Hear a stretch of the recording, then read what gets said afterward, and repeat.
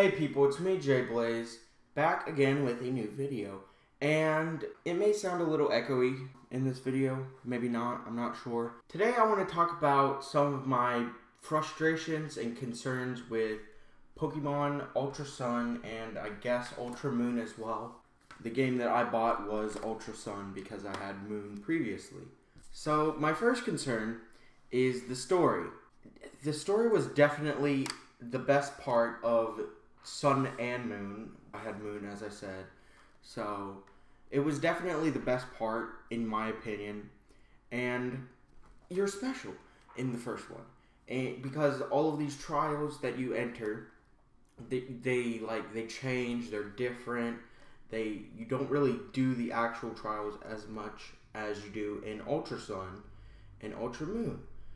And this actually, it's appropriate, I feel, because at the beginning, you meet with Tapu Koko and he saves you and gives you the Z-Ring, right? And he does the same in Pokemon Ultra Sun and Ultra Moon. The thing is that the trials aren't different. And I feel it's more appropriate in this game than any other game that you are special and the trials are different and how you go about them is different and the story is different. Not what an ordinary trainer would go through. You're actually special in these games compared to, say, the Unova region or Pokemon Heart Gold or even Hoenn, which are my favorite games, as you may know. So it's a little bit odd to me, and I just didn't like it as much personally. And the next problem / concern I have with the games are the characters. Hau is given more spotlight, and Lily is focused on less than she was in Pokemon Sun and Moon. Hau, he's a good character, I like him, but I felt like he got enough spotlight in Pokemon Sun and Moon. He wasn't like the main rival, or at least I didn't feel like that. I felt like Gladion was the actual true rival to your character, which was nice, you know. He was definitely the butt-headed rival that people were looking for, and Hau was just there like, oh, hey, look, definitely I'm your rival, haha, let's have a fun battle. But I felt they gave him just enough spotlight to make his character known and have him developed enough in Pokemon Sun and Moon. But in Ultra Sun and Ultra Moon, he's given a lot more spotlight than he was in the other games, and you talk to him more, you interact with him a lot more than in the other games, which is not as good because they take away time from Lily, who was definitely the best character in Pokemon Sun and Moon. And oftentimes it felt as if it was Lily's story more so than yours, which I guess could be true. I didn't see it that much. She was definitely the best character in the original games because they focus on her and they gave her more time. But in Ultra Sun and Ultra Moon, it's not as if like they swapped positions with Hau. Like time developed for Lily that is gone in Ultra Sun and Ultra Moon was given to Hau. He just gets a little bit more, and she has like a lot less involvement in the story, which is it's really frustrating because I liked her character so much. How you meet Solgaleo and Lunala is just a lot weirder because when you first meet, Necrozma comes in to like get the light or whatever, and you go to the what's it called, Ultra Megalopolis, to go beat Ultra Necrozma, right? That's cool, that's fine, but it's a little odd because the first time you get him in the first game, you're supposed to beat him and capture him, right? But then, oh, whoops, he's gone. And then you go into the Ultra Ride with the Ultra Recon Squad's other legendary. If you have Sun, you get their Lunala and vice versa. But that's just weird to me. I don't know why. I just feel that way. I know it's illogical and I haven't really explained myself, but that's just weird to me. And speaking of Ultra Megalopolis, I understand that it's just the haven for Ultra Necrozma, but it's still a city. They blocked it off. You can't go anywhere else. And I'm not sure if in Ultra Megalopolis it is only meant as a place to go and fight Ultra Necrozma, because the Ultra Recon Squad, they say they're from there, which I'm just disappointed that they didn't allow us to explore it and see these people from a whole different dimension, which I think could have been cool. But hey, I'm just, wishful thinking here. And my next problem is the Ultra Beast.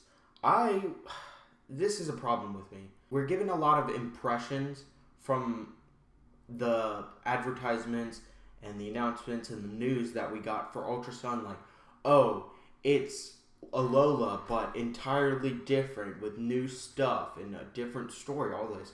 But it really is not as different as I think many of us were expecting. And that was definitely a letdown for me personally, because with the Ultra Beast, there aren't a lot of new ones. And I was expecting like at least 4 or 5 new ones. There's Stack Attack, UB Burst, and Poipole, and its evolution, Naganado, or however you pronounce it, which, I mean, they didn't have to add new ones, but if they did, they could have added more, I felt like. But that's just complaining for the sake of complaining at that point. And Ultra Necrozma, or Necrozma in general, he isn't an Ultra Beast, but he fits that description extremely well. He's not registered in the Pokedex, is what I mean. And I guess in Ultra Sun and Ultra Moon, they have actually legitimately made him one. I'm not sure. I'd have to check again. But he isn't. And like, it's the weirdest thing ever, because he definitely is the most Ultra Beasty Pokemon, Ultra Beasty Beast, out of all of the Ultra Beasts, or at least most of them. I know some of them actually look like they could be real Pokemon, like Buzzwole and UB Beauty. They definitely look like they could just be Pokemon. Yeah. That's my complaints about Ultra Beasts and them in the new game. And my last and final complaint is the Pokemon.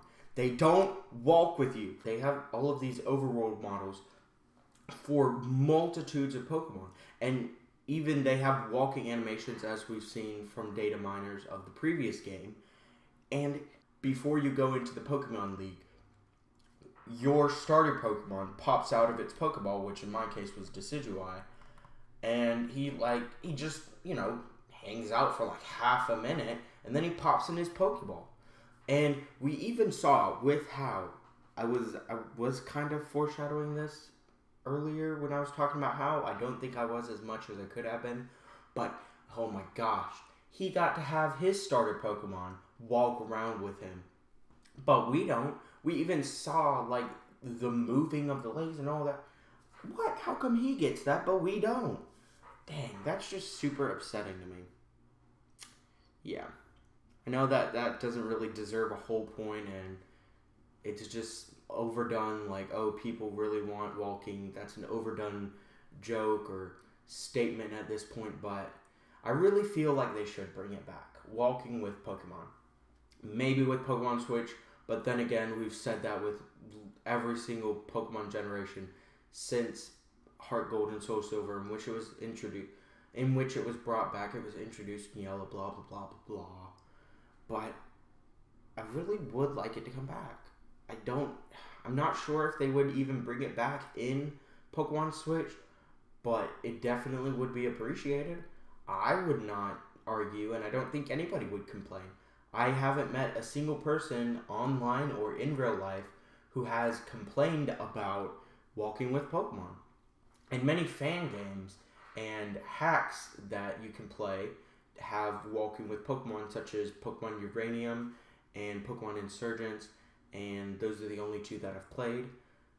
And another game that has walking is Pokemon Storm Silver, but then again, it's also a hack of Pokemon Soul Silver or Heart Gold, whichever hack you get. I find it a little bit, upsetting. And I know a lot of other people do as well. But they're probably not going to bring it back just because, oh, we want it back. Please bring it back. Yeah, so that's my last complaint. And I'm going to stop harping on about random subjects because that's all I have on my note card that I have. But yeah. Thank you for watching. Like, comment, subscribe, all that good stuff. I plan to stream a lot more on Twitch because I have hacked my 3DS and I have NTR custom firmware, the thing where you can stream it to your PC and record and all that stuff. So I might also be coming out with Let's Plays of my 3DS games. But yeah, that's the end of this video. I hope you enjoyed it. I really hope you enjoyed your time here, even if it's only like 5 people who watch this. But as long as you enjoy it, that's what I care about. And I guess I'll see you guys in the next one in another 4 months.